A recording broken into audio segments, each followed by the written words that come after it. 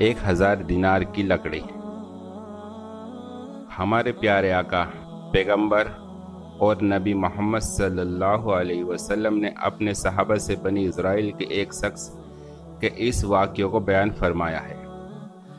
وہ واقعہ یہ ہے، بنی اسرائیل میں سے ایک شخص کو 1000 دینار کی ضرورت تھی، تو وہ سمندر پار دوسرے کنارے پر ایک مالدار آدمی کے پاس پہنچا اور 1000 دینار قرض مانگا۔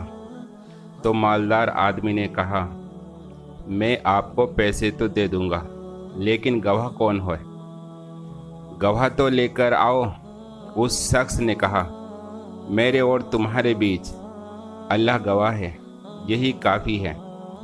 مالدار آدمی نے کہا، اچھا ٹھیک ہے، لیکن اس کی ذمہ داری کون لے گا؟ کوئی ذمہ دار تو لے کر آؤ، تاکہ اگر تم یہ پیسے واپس نہ کرو تو میں اس سے وصول کر سکوں۔ اس شخص نے پھر کہا، میرے اور تمہارے بیچ اللہ ذمہ دار ہے، یہی کافی ہے، اور وہی اس کی ذمہ داری لے گا۔ مالدار آدمی نے کہا، بات تو آپ ٹھیک کر رہے ہیں۔ آخرکار وقت طے کر لینے کے بعد اس مالدار آدمی نے 1000 دینار دے دیا اور کہا کہ وقت پر یہ پیسے واپس کر دینا۔ تو اس شخص نے کہا، ٹھیک ہے، اور پھر وہ شخص سمندر پار کر کے اپنے گھر چلا گیا اور جس ضرورت کے لیے قرض لیا تھا اس ضرورت کو پورا کیا۔ جب قرض ادا کرنے کا وقت آیا تو یہ شخص مالدار آدمی کے پاس اس کے پیسے واپس کرنے کے لیے روانہ ہو گیا۔ سمندر کے پاس پہنچ کر کشتیاں ناؤ تلاش کرنے لگا، لیکن کوئی کشتی نہیں ملی۔ کافی تلاش کے بعد جب اسے کوئی کشتی نہ ملی تو اسے بڑی فکر ہوئی کہ کہیں قرض ادا کرنے سے پہلے میری موت نہ آ جائے۔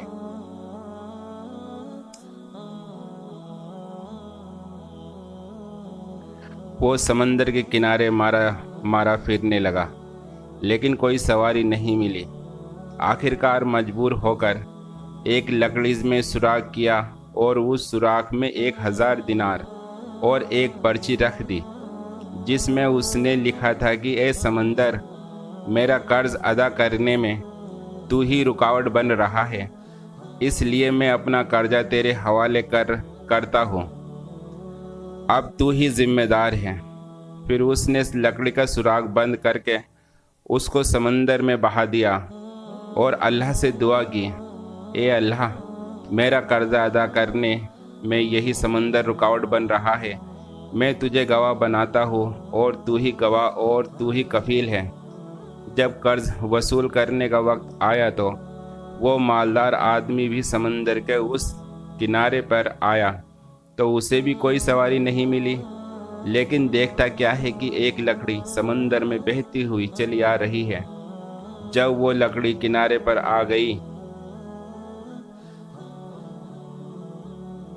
تو اس نے اس نیت سے اس کو اٹھا لیا کہ کسی کام آ جائے گی، لیکن جب گھر لے جا کر چیرا تو اس کو 1000 دینار اور وہ پرچی ملی۔ مالدار آدمی اس پرچی کو پڑھ کر حیرت میں پڑ گیا، لیکن قرض لینے والے شخص نے 1000 دینار کا انتظام اور کیا۔